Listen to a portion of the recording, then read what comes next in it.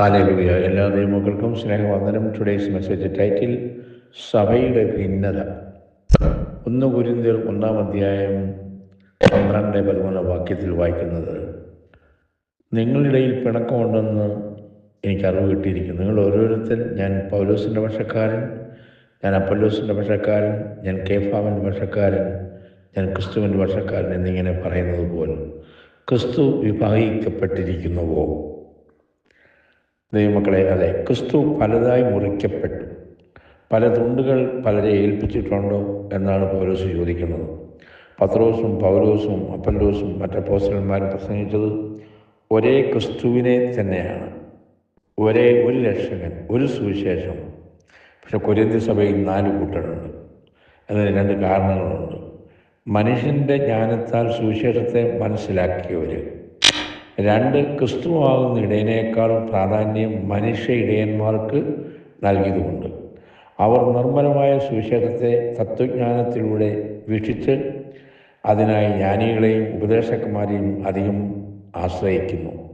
അരനീതി നടക്കുന്ന അനേക ഗുരുക്കന്മാർ തങ്ങളുടെ അനുമാനങ്ങളെ പ്രചരിപ്പിക്കുകയും തങ്ങൾ തത്വജ്ഞാനികളെന്ന് സ്വയം വിശേഷിപ്പിക്കുകയും ചെയ്യുന്ന നിരവധി ആളുകൾ ഉൾപ്പെട്ട പട്ടണത്തിൽ കൊരിന്ത്യ സഭയിൽ സംഭവിച്ചത് നിർഭാഗ്യവശാൽ ഇവിടെ ഇന്നത്തെ പെന്തക്കോസ്ത് സഭകളിലും ഈ താത്വിക സമീപനം അത് സുവിശേഷത്തിൽ വ്യാപിച്ചു, അത് പ്രയോഗിച്ചു കൊണ്ടിരിക്കുന്നു.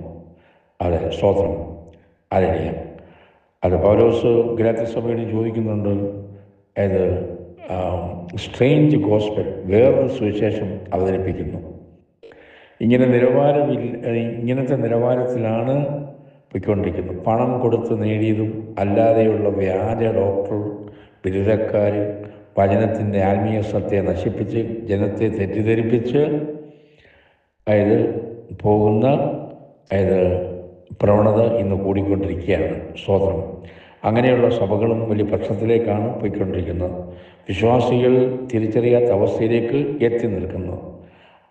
അവരുടെ അവസ്ഥയും വിളിയും തിരഞ്ഞെടുപ്പും കർത്താവ് വീണ്ടെടുത്തത് പൊന്നോ വെള്ളിയോ ഒന്നും കൊടുത്തിട്ടല്ല, അവൻ്റെ യേശുവിൻ്റെ രക്തത്താലാണ് നമ്മളെ അവൻ വീണ്ടെടുത്തിരിക്കുന്നത്.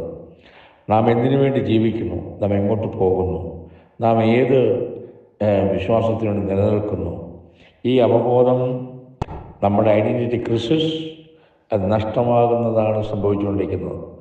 അതുകൊണ്ട് ദൈവമക്കളെ, നമ്മൾ ആരാണോ അതായിരിക്കുക. സ്തോത്രം, ഹല്ലേലൂയ. അതങ്ങനെ പുറകെ പോകുന്നെങ്കിൽ അത് വിഗ്രഹസേവയാണ്. ഞാൻ വാക്കുകൾ അവസാനിപ്പിക്കുകയാണ്. കർത്താവ് ചോദിച്ചു, പൗലോസ് ചോദിച്ചു, ക്രിസ്തു